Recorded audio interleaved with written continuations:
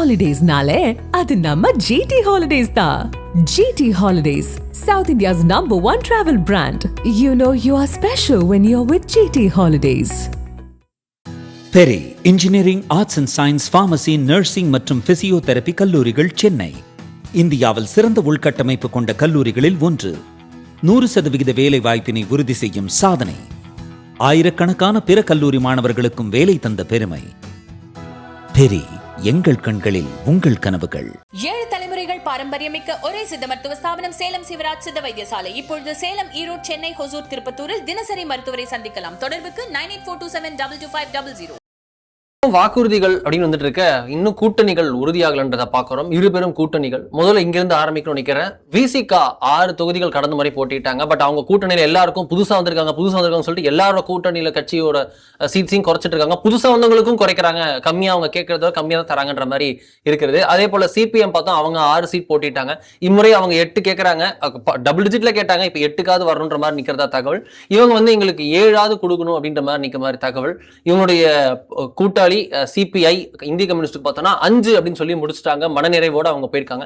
இவங்க எந்த மனநிறைவுல இருப்பாங்க? இவங்க எந்த அளவுக்கு தோழமை சுட்டுதலோட இருப்பாங்க? ஏற்கனவே நான் சொன்னதை அப்படியே காப்பி பேஸ்ட் பண்ணிக்கிங்க. முந்தானத்து சொன்னதை தவிர புதுசா எதுவும் கிடையாது.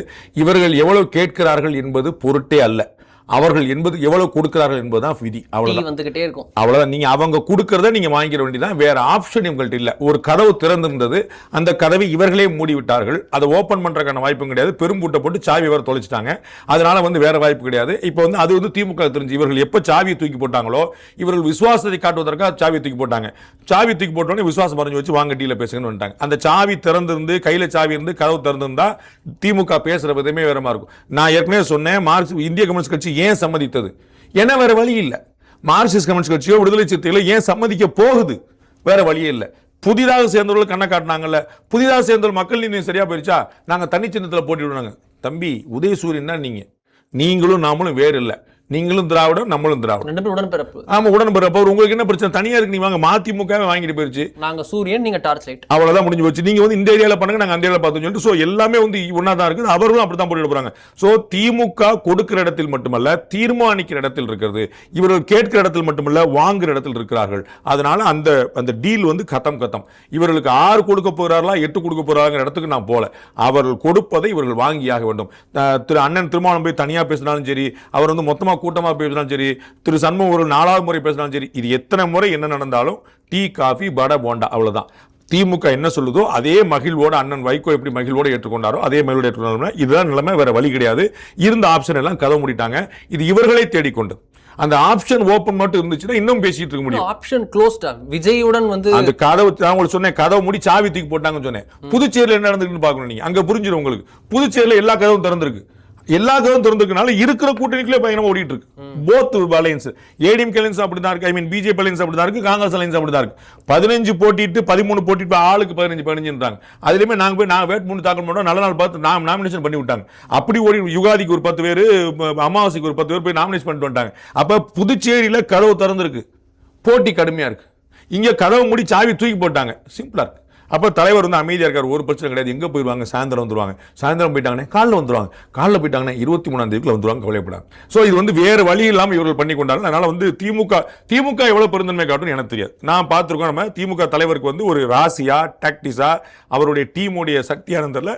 அவர் என்ன நினைக்கிறாரோ அதை கொடுத்து வாங்க போறதுல. போன முறை 2021 தேர்தலில் எல்லாரையும் 6ல் அடக்குனதே பெரும் ஆச்சரியம். அது என்ன ஆச்சரியம்? ஸ்பெஷல் ஐட்டம் பின்னாடி வச்சிருக்கோம் பாருங்க. இந்த முறை 5ல் அடக்குறாரு. உங்களுக்கு புரியுங்களா? அப்போ போன முறை 6 வந்தாங்க. இந்த முறை எல்லாம் அண்ணன் திருமாவளவன் கோமா இருக்காரு. சண்முகம் எல்லாம் சாதாரண கிடையாது. அண்ணன் பயங்கர அப்படி அதெல்லாம் போட்டு ஆளுக்கு வைகோ அண்ணன் 6 வாங்கிட்டு போனாரு. இப்போ 3 4 வாங்கிட்டு போயிருக்காங்க. அதுல 3 இது ஒரு இப்போ இவங்களும் குறைஞ்சிட்டு பாருங்க. போன முறை எல்லோரும் 6. இந்த முறை நீங்களும் மார்க்சிஸ்ட் கம்யூனிஸ்ட் கட்சி 1 ஆயிடுச்சா? மதிமுகவுக்கு ஒரு பாடம் என்ன? நீங்களும் மார்க்சிஸ்ட் கட்சி 1 இல்லை. மார்க்சிஸ்ட் கட்சிக்கு 5 சீட். இத்தனைக்கும் அவர்கள் 6 போட்டி 2 வென்றவர்கள். மதிமுக 6 போட்டு 4 வென்றது. உங்களுக்கு புரியுதா? உதயசூரியன் சின்னம். அப்போ என்ன, நீங்க 4 போட்டிட்டீங்களா, அதனால உங்களுக்கு 5 தான். அவங்க 2 தானே ஜெயிச்சாங்க, அதனால அவங்களுக்கு 4, அவங்களுக்கு அப்ப 5. இப்ப மார்க்சிஸ்ட் கம்யூனிஸ்ட் கட்சிக்கு என்ன எங்களுக்கு கூட கொடுங்க. அப்போ 2 தானே வென்றீங்க. அப்ப யாரு குறைச்சு கொடுத்துருக்கணும்? மதிமுகவோட இந்திய கம்யூனிஸ்ட் குறைச்சு கொடுத்துரும். அது இல்லை, இந்திய கம்யூனிஸ்ட் கூட வந்துருச்சு. அப்ப இது திமுக என்ன நினைக்குது? அவரவரை அங்கங்க இடத்துல வைக்க நினைக்குது.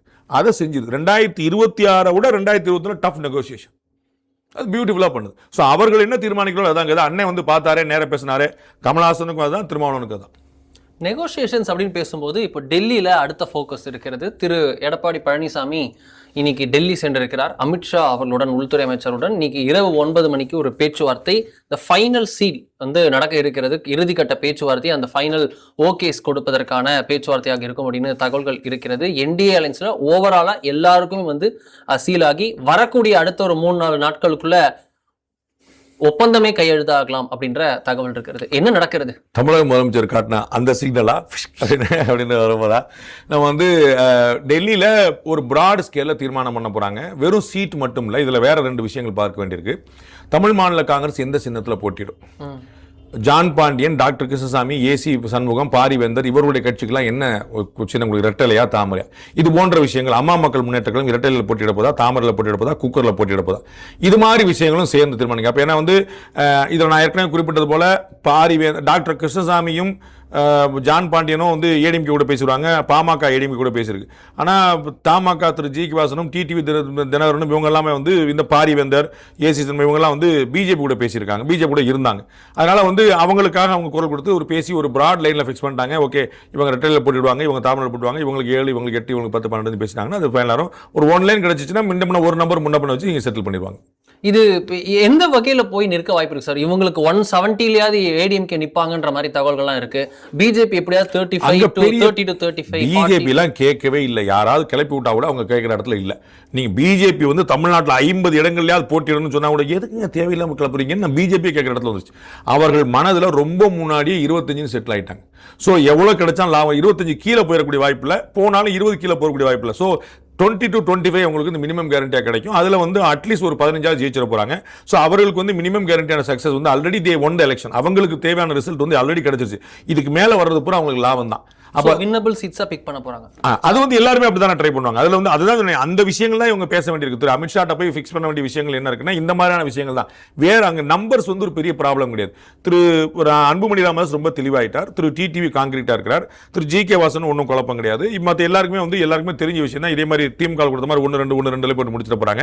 ஸோ வந்து அங்க ப்ராப்ளமேட்டிக்கா ஒரு விஷயம் நான் பார்க்கல. என்ன சின்னம்ங்கிறதுல வேணா ஒரு ப்ராப்ளம் வரலாம். அது அவரவர் விருப்பத்துக்கு உட்பட்டது. திரு இபிஎஸ் வந்து சக்சஸ் ரேட் இதில் அதிகமாக இருக்குங்க. ரெட்டல் போட்டிடலாம், தாமரையில் போட்டிடலாம், தனி சின்னங்கள் வேண்டாம், சைக்கிளோ தென்னந்தோப்போ குக்கரோ இது மாதிரி நிற்கிறதோட நம்ம இந்த மாதிரி நிற்கலாம் அப்படின்னு ஒரு சஜஷன் சொல்லுவாங்க. அதை அவர்கள் எப்படி எடுத்துக்கொள்கிறார்கள், எப்படி தள்ளி பேசுறாங்க, இதெல்லாம் பார்க்கிறத சீட்டை பொறுத்தளவுக்கு ஆல்மோஸ்ட் எல்லோருமே வந்து மனசுக்குள்ளே ஒரு நம்பர் வச்சிருக்காங்க. அந்த நம்பர் அவர்களுக்கு எதிரில் இருக்கக்கூடிய அதிமுக பாஜக தரப்புக்கும் தெரியும்.